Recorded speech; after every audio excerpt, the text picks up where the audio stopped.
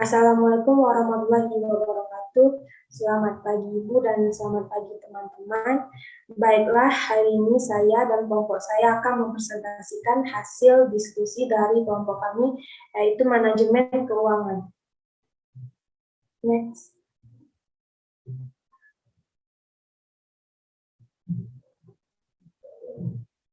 Di dalam materi ini juga ada 5 materi yang akan kita bahas. Yang pertama, pengertian manajemen keuangan. Yang kedua, fungsi manajemen keuangan. Yang ketiga, sumber dan penggunaan dana. Yang keempat, pasar modal dalam pendanaan perusahaan. Dan yang kelima, instrumen pasar modal.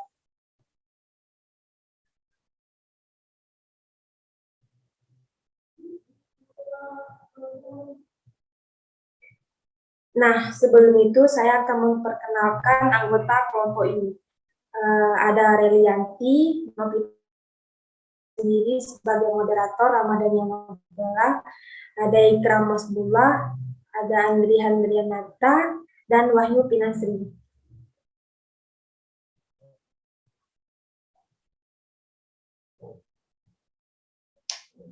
Baiklah, kita masuk materi yang pertama yang dibacakan oleh saya sendiri, yaitu pengertian manajemen keuangan.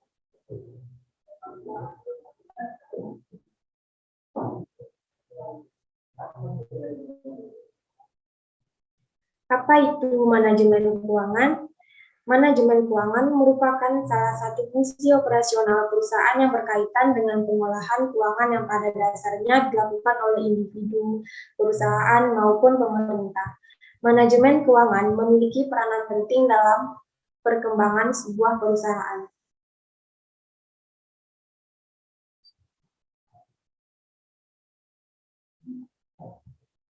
Tujuan manajemen keuangan. Tujuan manajemen keuangan adalah sebagai berikut. Yang pertama, memaksimalkan nilai perusahaan. Yang kedua, meminimalkan penggunaan biaya perusahaan. Yang ketiga, memberikan laba kepada pemegang saham secara maksimal dimulai dari harga saham.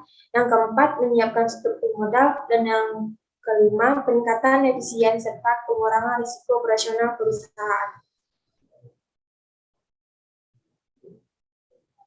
Baiklah, materi yang kedua akan dibacakan oleh Reni.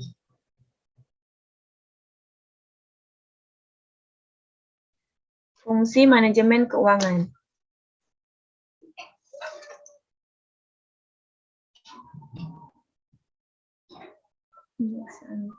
Fungsi manajemen keuangan terbagi menjadi 8. Yang pertama, perencanaan keuangan. Membuat rencana pemasukan dan pengeluaran serta kegiatan-kegiatan lainnya untuk periode tertentu. Yang kedua, penganggaran keuangan. Tindak lanjut dari perencanaan keuangan dengan membuat detail pengeluaran dan pemasukan. Ketiga, pengelolaan keuangan. Menggunakan dana perusahaan untuk memaksimalkan dana yang ada dengan berbagai cara. Keempat, pencarian keuangan. Mencari dan mengeksploitasi sumber dana yang ada untuk operasional kegiatan perusahaan. Kelima, penyimpanan keuangan. Mengumpulkan dana perusahaan serta menyimpan dan mengamankan dana tersebut.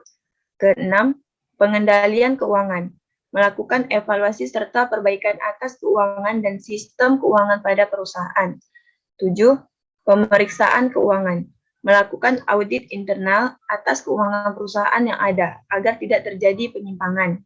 8. Pelaporan keuangan. Penyediaan informasi tentang kondisi keuangan perusahaan sekaligus sebagai bahan evaluasi. Selanjutnya saya serahkan ke moderator.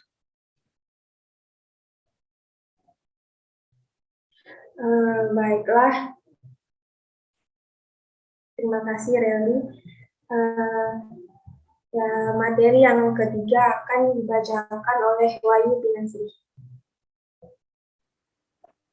Baiklah, terima kasih. Saya akan menyampaikan materi tentang sumber dan penggunaan dana. Next.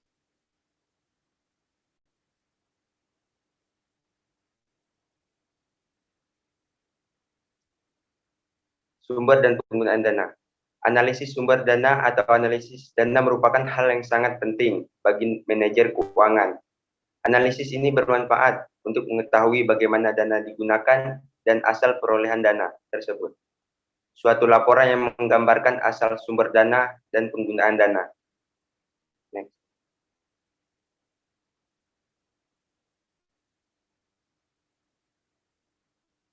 Alat analisis dibagi menjadi dua, yaitu analisis rasio.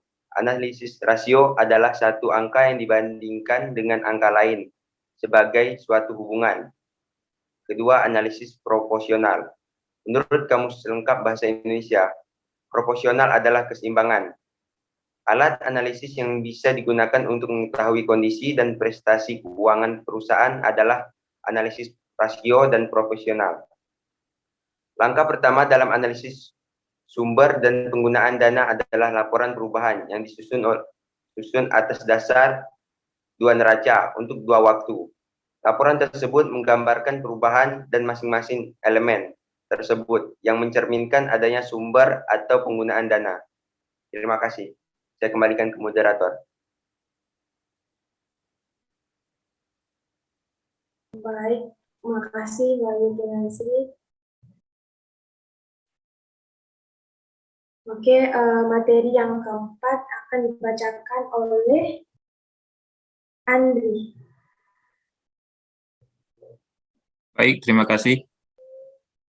Baiklah, saya akan membacakan materi yang keempat, yaitu pasar modal dalam pendanaan perusahaan.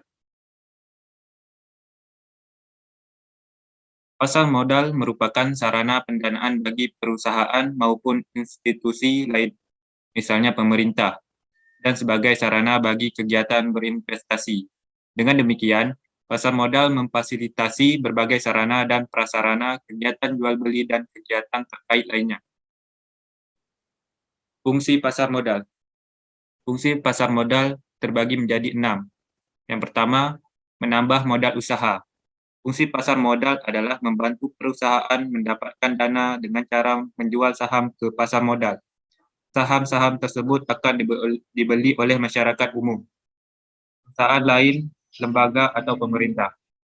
Yang kedua, pemerataan pendapatan. Pemerataan pendapatan dalam jangka waktu tertentu, saham-saham yang sudah dibeli akan memberikan dividen atau bagian dari keuntungan perusahaan terhadap para pembelinya. Untuk itu, fungsi pasar modal bisa dianggap sebagai sarana pemerataan pendapat. Yang ketiga, sarana peningkatan kapasitas produksi. Dengan adanya tambahan modal yang didapatkan dari pasar modal, maka produktivitas perusahaan akan tinggi atau meningkat. Yang keempat, sarana menciptakan tenaga kerja. Fungsi pasar modal bisa menjadi pendorong muncul dan berkembang industri lain yang dampaknya bisa untuk menciptakan lapangan kerja. Yang kelima, sarana meningkatkan pendapatan negara. Masing-masing dividen yang diberikan kepada para pemegang saham akan dikenai pajak oleh pemerintah. Adanya tambahan pemasukan dengan pajak ini akan meningkatkan pendapatan untuk negara. Yang keenam, indikator perekonomian negara. Kegiatan dan volume penjualan atau pembelian di pasar modal yang meningkatkan dapat memberikan indikasi bahwa kegiatan bisnis perusahaan dapat berjalan dengan baik. Begitu juga sebaliknya. Baiklah, sekian materi yang telah saya sampaikan. Saya kembalikan kepada moderator. Baik Andri, terima kasih. Baiklah, materi selanjutnya akan dibacakan oleh Ikram.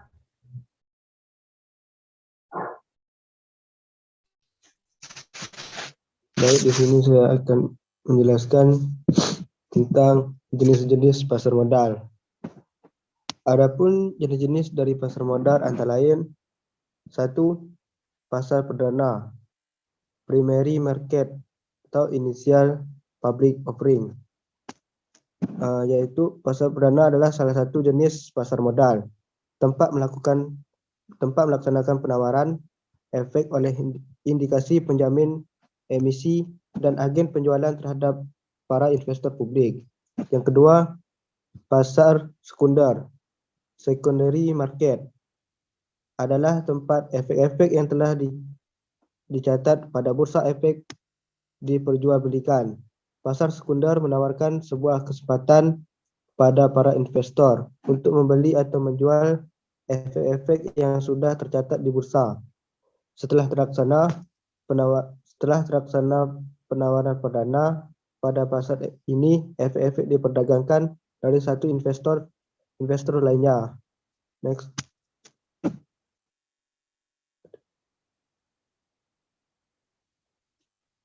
Manfaat pasar modal. Manfaat dari pasar modal secara umum adalah sebagai berikut. 1. Menjadi penyedia sumber pembiayaan dalam jangka panjang untuk dunia usaha dan juga sangat memungkinkan alokasi dana dengan optimal.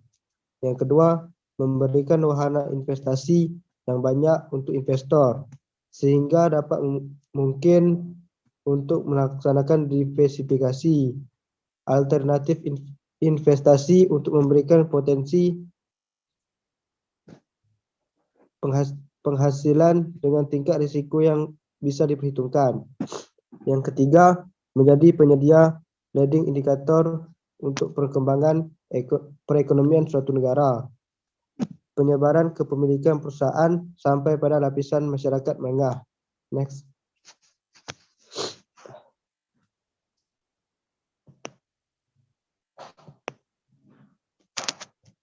Saya kembali ke moderator. Baik, terima kasih Kang. Materi yang kelima akan dibacakan oleh Nobita Sari. Terima kasih. Baiklah, saya akan membaca instrumen pasar modal.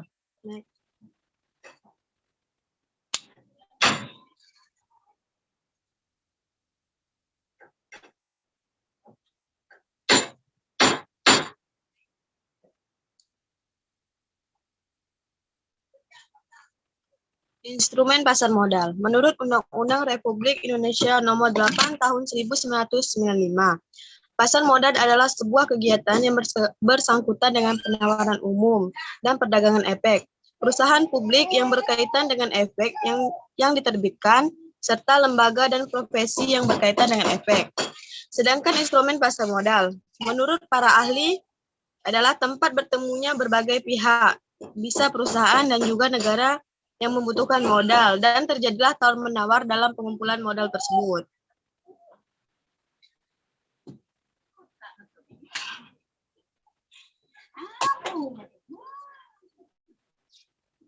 Kelebihan dan kekurangan instrumen pasar modal. Yang pertama, kelebihan, yaitu sumber pendanaan bagi perusahaan. Yang kedua, sebagai indikator pengembangan ekonomi suatu negara. Yang ketiga, sarana investasi masyarakat untuk mendapatkan keuntungan. Selanjutnya, kekurangan. Kekurangan yang pertama adalah belum bisa menyentuh ke seluruh lapisan masyarakat. Yang kedua, ketidakstabilan kurs sangat berpengaruh kepada harga saham. Ketiga, tidak seluruh investasi berujung manis. Terima kasih, saya kembalikan ke moderator.